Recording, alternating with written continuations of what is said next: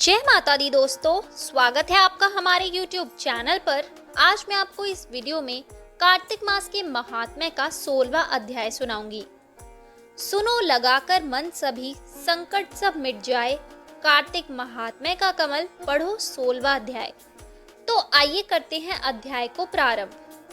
राजा पृथु ने कहा, हे नारद जी, ये तो आपने भगवान शिव की बड़ी विचित्र कथा सुनाई है। अब कृपा करके आप यह बताइए कि उस समय राहु उस पुरुष से छूटकर कहाँ गया। नारद जी बोले, उससे छूटने पर वह दूत बर्बर नाम से विख्यात हो गया और अपना नया जन्म पाकर वह धीरे धीरे जलंधर के पास गया। वहां जाकर उसने शंकर की सब चेष्टा कही। उसे सुनकर दैत्यराज ने सब दैत्यों को सेना द्वारा आज्ञा दी। कालनेमी और शुंभ निशुंभ आदि सभी महाबली दैत्य तैयार होने लगे। एक से एक महाबली दैत्य करोड़ों करोड़ों की संख्या में निकल युद्ध के लिए जुट पड़े। महाप्रतापी सिंधु पुत्र शिवजी से युद्ध करने के लिए निकल पड़ा। आकाश में मेघ छा गए और बहुत अपशकुन होने लगे। शुक्राचार्य और कटे सिर वाला राहु सामने आ गए। उसी समय जलंधर का मुकुट खिसक गया, परंतु वह नहीं रुका।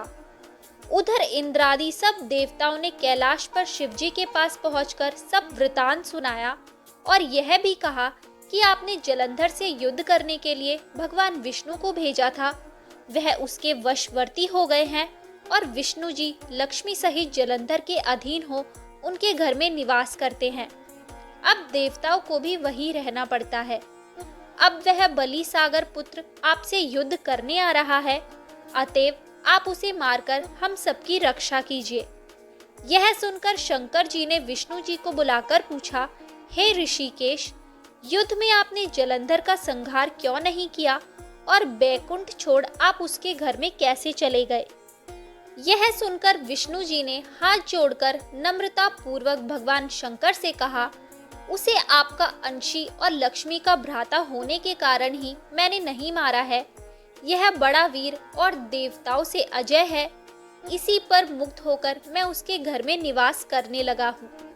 विष्णु जी के इन वचनों को सुनकर शंकर जी हंस पड़े। उन्होंने कहा, हे विष्णु, आप यह क्या कहते हैं? मैं उस दैत्य जलंधर को अवश्य मारूंगा। अब आप सभी देवता जलंधर को मेरे द्वारा ही मारा गया जान अपने स्थान को जाइए। जब शंकर जी ने ऐसा कहा तो सब देवता संदेह रहित होकर अपने स्थान को चले गए। इसी समय पराक्रमी जलंधर अपनी विशाल सेना के साथ पर्वत के समीप आ कैलाश को घोर सिंहनाद करने लगा। दैत्यों के नाद और कोलाहल को सुनकर शिवजी ने नंदी आदि गणों को उससे युद्ध करने की आज्ञा प्रदान की। कैलाश के समीप भीषण युद्ध होने लगा। दैत्य अनेकों प्रकार के अस्त्र शस्त्र बरसाने लगे।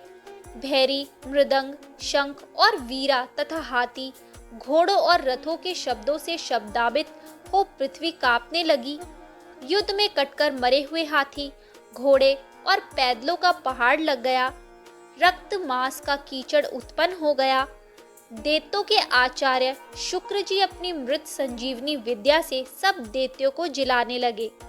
यह देखकर शिवजी के गण व्याकुल हो गए और उनके पास जाकर सारा वृतांत सुनाया। उसे सुनकर भगवान रुद्र के क्रोध की सीमा न रही। फिर तो उस समय अनेक मुख से एक बड़ी भयंकर कृत्या उत्पन्न हुई, जिसकी दोनों जंघाएं ताल वृक्ष के समान थी। वह युद्ध भूमि में जा सब असुरों का चर्वण करने लग गई और फिर वह शुक्राचार्य के समीप पहुंची और शीघ्र ही अपनी योनि में गुप्त कर लिया। फिर स्वयं भी अंतर ध्यान हो गई। शुक्राचार्य के गुप्त हो जाने से दैत्यों का मुख मलिन पड़ गया और वे युद्ध भूमि को छोड़ भागे। पर शुंभ निशुंभ और कालनेमी आदि सेनापतियों ने अपने भागते हुए वीरों को रोका। शिवजी के नंदी आदि गणों ने भी, जिसमें गणेश और स्वामी कार्तिकेय जी भी थे, दैत्यों से भीषण युद्ध करना आरंभ कर दिया। तो यहाँ होता है कार्तिक मास के महात्म्य का 16वां अध्याय समाप्त। आगे के सभी अध्याय सुनने के लिए हमारे चैनल को सब्सक्राइब कीजिए और शेयर करना ना भूलिए।